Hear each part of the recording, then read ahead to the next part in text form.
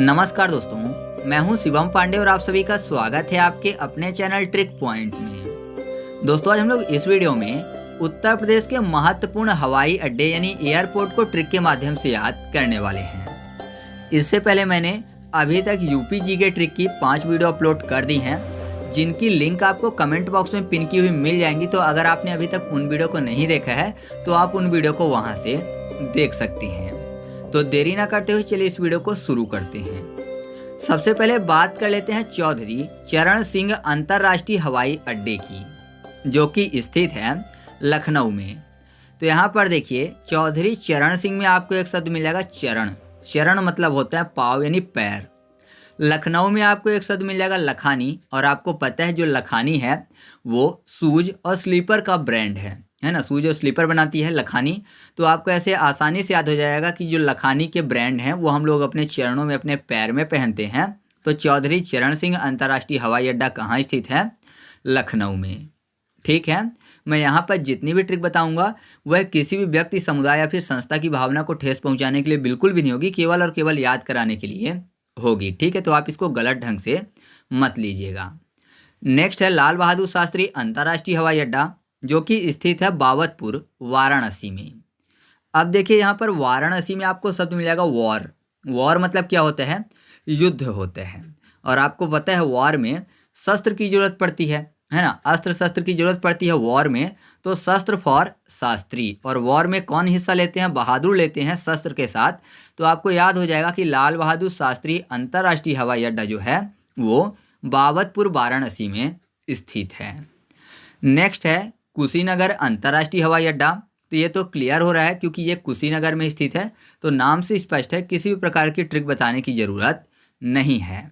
अगला है मर्यादा पुरुषोत्तम श्री राम अंतर्राष्ट्रीय हवाई अड्डा, जो कि स्थित है अयोध्या में। तो आपको पता है कि प्रभु राम की जन्मभूमि कौन सी है? अयोध्या है। तो जाहिर सी बात है कि उनके नाम से अंतर्राष्ट्रीय हवाई अड्डा कहाँ पर बनेगा? अयोध्या में बनेगा। तो याद रखिएगा आप ऐसे कि मर्यादा पुरुषोत्तम श्री राम अंतर्राष्ट्रीय हवाई अड्डा जो है वो अयोध्या में स्थित है। नेक्स्ट है चकेरी हवाई अड्डा, जो कि स्थित है कानपुर में। अच्छा, जो कान का शेप होता है, मतलब ईयर का जो शेप होता है वो कैसा होता है? गोल गोल होता है, मतलब चके की तरह होता है। जो गाड़ी का चक्का होता है वो भी तो गोल होता है, तो कान भी हल्का गोल दिखता है। तो आप ऐसे याद रखिएगा कि चकेरी हवाई अड्डा जो है वो कानपुर में स्थित है। नेक्स्ट है सरसावा हवाई अड्डा, जो कि स्थित है सहारनपुर में।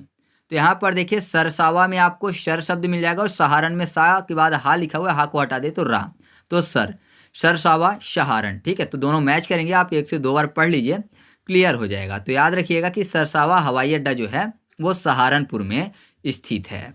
या फिर यहाँ पर सरसावा में सर मतलब टीचर की बात हो रही है, और सहारन में आपको यहाँ पर सहारा देने की बात।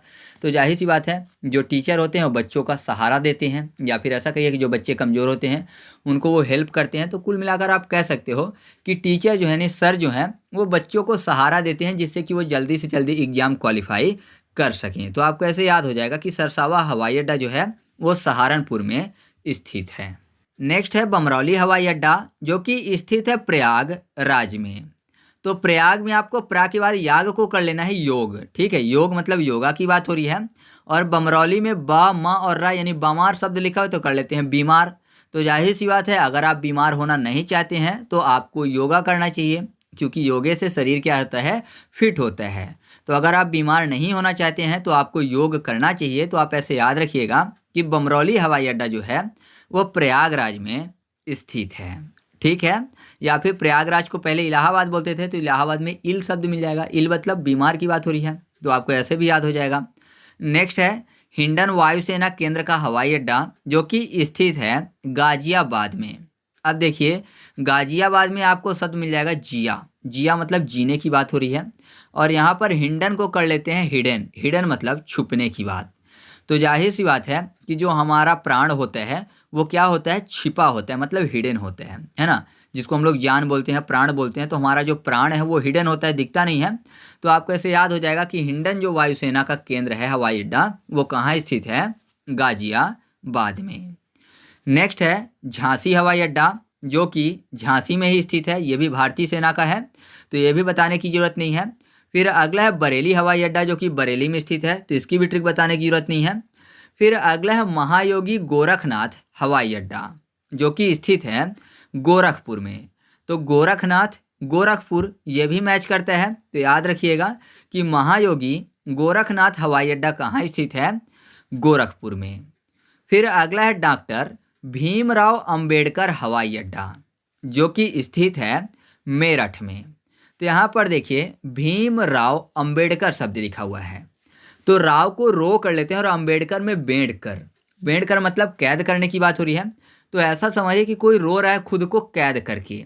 ऐसा क्यों करेगा, क्योंकि यहाँ पर देखिए मेरठ में आपको शब्द मिल जाएगा मैं रूठ, मतलब कोई है जो कि रूठ गया है, तो रूठने के कारण वो क्या कर रहा है, खुद को बेड़ कर यानी कैद करके रो रहा है। तो आप ऐसे याद रखिएगा कि डॉक्टर भीमराव अंबेडकर हवाई अड्डा कहाँ स्थित है, मेरठ में स्थित है। ठीक है, नेक्स्ट है पंडित दीनदयाल उपाध्याय हवाई अड्डा जो कि स्थित है आगरा में। तो यहाँ पर देखिए दीन दयाल शब्द लिखा हुआ मिल जाएगा आपको। दीन दयाल में दिन मतलब दिन अर्थात डे की बात हो रही है, और आगरा में आग। तो आपको पता है जब दिन होता है तो सूर्य भगवान जो है आग की तरह प्रकाश करते हैं, है ना। सूर्य भगवान जो है आग की तरह प्रकाश करते हैं। ज़्यादातर आपने गर्मियों में देखा होगा एकदम आग ही उगलते रहते हैं सूर्य भगवान जब दिन होता है। तो आपको याद हो जाएगा कि पंडित दीनदयाल उपाध्याय हवाई अड्डा कहाँ स्थित है, आगरा में स्थित है। नेक्स्ट है नागरिक हवाई अड्डा जो कि स्थित है कानपुर में। तो यहाँ पर देखिए नागरिक में आपको नाग और कानपुर में कान, नाक कान ऐसे कर लेना है। तो आप ऐसे याद रखिएगा कि जो नागरिक हवाई अड्डा है वो कहाँ स्थित है, कानपुर में स्थित है। अच्छा, जो पंडित दीनदयाल उपाध्याय हवाई अड्डा है ना, इसको खेरिया हवाई अड्डे के नाम से भी जाना जाता है। ठीक है, क्योंकि खेरिया में स्थित है, आगरा के खेरिया में, तो इसको खेरिया हवाई अड्डा भी बोलते हैं। इसके बाद हम लोग बात कर लेते हैं नोएडा अंतर्राष्ट्रीय ग्रीन फील्ड हवाई अड्डे की जो कि स्थित है गौतम बुद्ध नगर में। तो यहाँ पर देखिए गौतम में आपको गौ माता शब्द मिल जाएगा यानी काऊ की बात हो रही है, और नोएडा में आपको एक शब्द मिल जाएगा नाडा। तो आपको पता है काऊ को किसी न किसी नाडा या फिर रस्सी में बांधा जाता है। तो आपको ऐसे याद हो जाएगा कि नोएडा अंतर्राष्ट्रीय ग्रीन फील्ड एयरपोर्ट जो है वो गौतम बुद्ध नगर में स्थित है। इसके बाद हम लोग बात कर लेते हैं फुर्सतगंज हवाई अड्डे की जो कि स्थित है अमेठी में। तो यहाँ पर देखिए अमेठी में आपको एक शब्द मिल जाएगा आम मैथी यानी मैथ शब्द मिल जाएगा, और फुर्सतगंज में आपको शब्द मिल जाएगा फुर में 4 और सत में 7, 4 और 7। तो जाहिर सी बात है यहाँ पर मैथ के अंक लिखे हुए हैं 4 और 7, तो हो जाएगा फुर्सतगंज। तो याद रखिएगा कि फुर्सतगंज जो हवाई अड्डा है वो अमेठी ज़िले में स्थित है।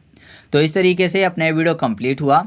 वीडियो अच्छा लगा तो वीडियो को लाइक कर दीजिएगा और इस वीडियो को अपने दोस्तों के साथ भी शेयर कर दीजिएगा जिससे कि उनकी भी मदद हो सके। तो चलिए मिलते हैं अगले वीडियो में, तब तक के लिए जय हिंद।